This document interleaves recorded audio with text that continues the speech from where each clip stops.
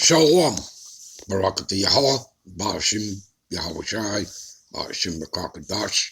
All praises and glories definitely do, especially in the times we're living in. Much respects to the apostles and others of Great Millstone, and to all the brothers out there doing the work. I say Shalom. All right, the title of this lesson, and this will take me a couple of parts, whatever it takes, but it's to get the message out there. All right, that's what we're set up for, to bring you this truth and knowledge. All right, and that's pursuant to Jeremiah 3:15. All right, that the prophets have been set up, to bring you this truth, wisdom, knowledge, and understanding of these scriptures. Anyway, all right, from the others on down, we always go into this stuff, so this is just repetition, people. All right, so you people cannot say that you didn't know. Okay, that the prophets were not making videos, which goes out through the internet, right, through the World Wide Web, which is known as the unicorn, as you can read in, Psalms, the 19th chapter. So anyway, besides that, going out street teaching, all right, doing what we've been commanded to do from our elders on down. Anyway, the title of this lesson will be, Behold the beast that was and is not and yet is. Now, I'll read it again. Behold, the beast that was, is not, and yet is. Now, the first thing that comes to my mind is, what is the greatest trick the devil ever pulled? That he didn't exist. All right? And we're not talking about the spiritual entity, Satan, who's an angel. Okay? We're talking about a man, a nation of people, and a system, all right, that was already established by other nations prior, okay? Because here is something else. We're going to get into the beast, his image, and the mark, all right, the charagma, okay, the M-O-T-B, all right? We're going to get into that, all right, to give you some understanding, all right? We're going to watch a little clip. All right, and you see right down here, and it says, and the beast that was and is not, and of course yet is, right? He exists. Even he is the eighth. He is the eighth head that comes out of the previous 7 kingdoms, the previous 7 nations, all right? The previous 7 heads, okay? And he is the eighth. And there ain't going to be a 9th, and there ain't going to be a 10th, all right? And who is that talking about? That's talking about America, Babylon the Great, all right? And she is the whore that rides the beast, okay? And is of the 7, right? Why is she of the 7? I just finished telling you. The previous 7 kingdoms, 7 nations, all right, came before her. Well, she's riding that beast, all right, and goeth into perdition. Let me show you a picture. Give me a minute. All right, what are you looking at here? And this is to simplify it for you people out there. The beast with 7 heads and 10 horns. Okay? This is NATO. All right? That's the beast. All right? Okay? Along with the EU, the European Union, the European nations.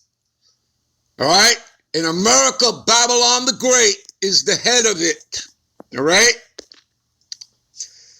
You see, America, the whore, holding the golden cup, sitting on the dragon. You see that? The conglomerate of nations. Okay? Now, there's a parable that we're going to get back to in a moment. And the parable will read, all right, about the 7 heads and the 10 horns. And the parable will ask, all right, or say that, you know, there are 7 kings. That word kings is short for kingdoms, talking about the previous 7 nations of the beast. All right? And it'll say that 5 have fallen. All right? Which are the 5 kingdoms that have fallen? Germania Major, Germania Minor, okay? The French and the Spanish right there, and then the Greeks, all right? Those are your 5 fallen kingdoms. Then one is, the one that is during the time that John the Revelator wrote the book of Revelations. He was on the island of Patmos, a political prisoner in the salt mines to the Roman Empire. So that would be the one that is. You see the Romans right there, okay? And then there would be one that would come for a short space. He must continue for a short space. Okay? And that would be the British Empire. You see it right here, the British. Okay? You see that? There's your 7. Okay? There's your 7. All right? So the 5 that are fallen, the one that is during the time that John the Revelator wrote the book of Revelations was the Roman Empire. Okay? That makes 6. And the 7th head that came after the Roman Empire was Great Britain, in the ancient times known as Britannia. All right? You people understand that? But there would be an 8th that comes out of the 7. How was America started, people? 13 British colonies. Okay? You got that? All right? 13 British colonies. It was started up. All right? Okay?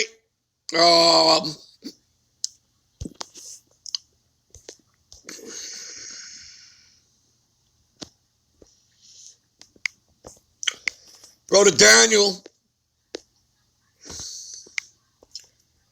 chapter 7. All right?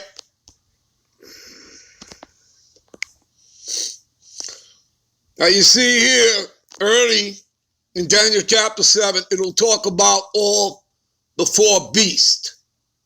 Okay? Which starts out with Babylon. Okay?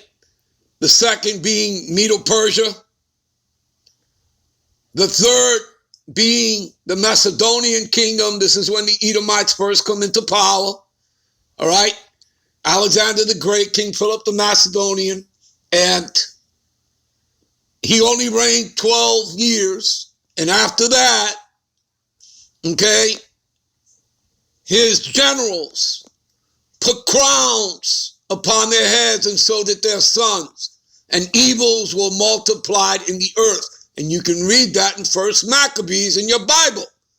Unless, of course, the Apocrypha section of your King James 11, that section was removed, which it was in 1855, 1885.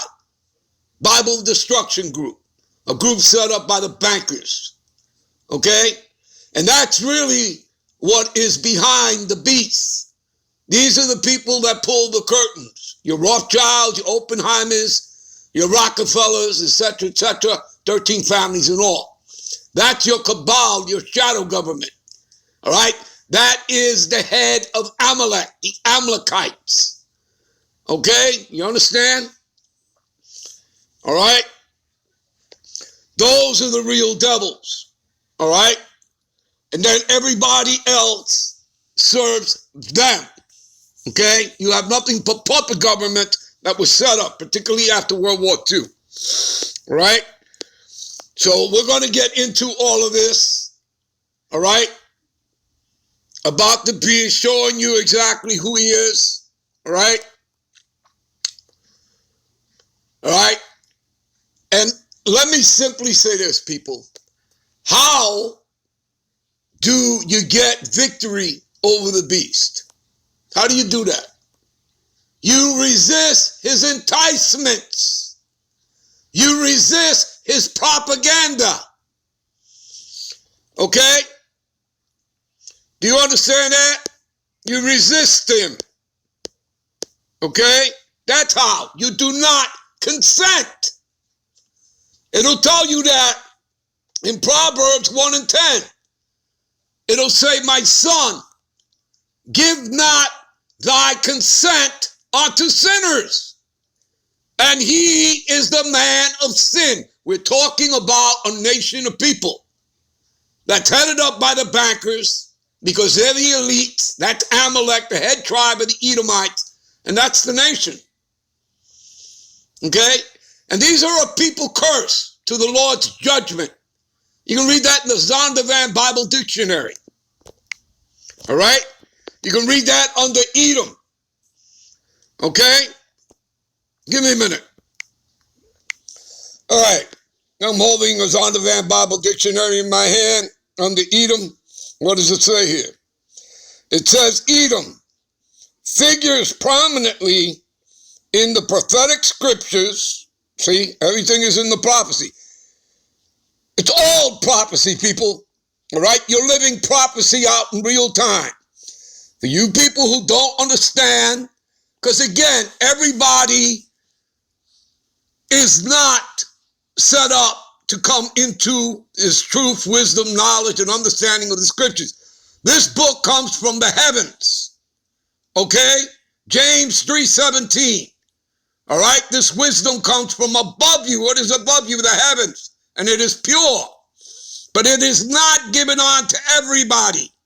Not even 2/3 of Israelites, made up of the Negro, Latinos, and Native Americans, can receive this. Okay? And you don't walk in unawares. You have to be called in. You have to be invited in. You have to be chosen.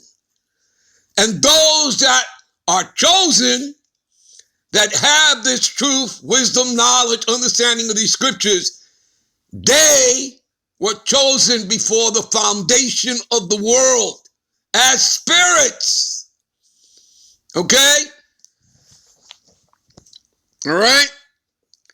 So it goes on to say here, predominantly in the prophetic scriptures, Edom figures prominently in the prophetic scriptures as a scene of great future judgments. You see that? As great future judgments.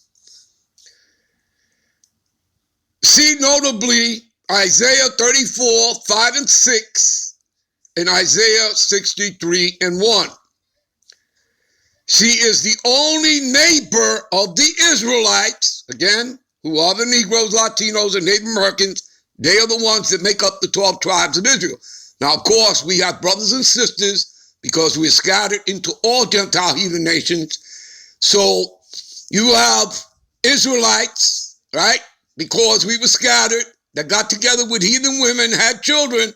Those children are going to look like those nations and speak in that nation's tongue. But nonetheless, they're Israelites by the seed of their fathers. All right?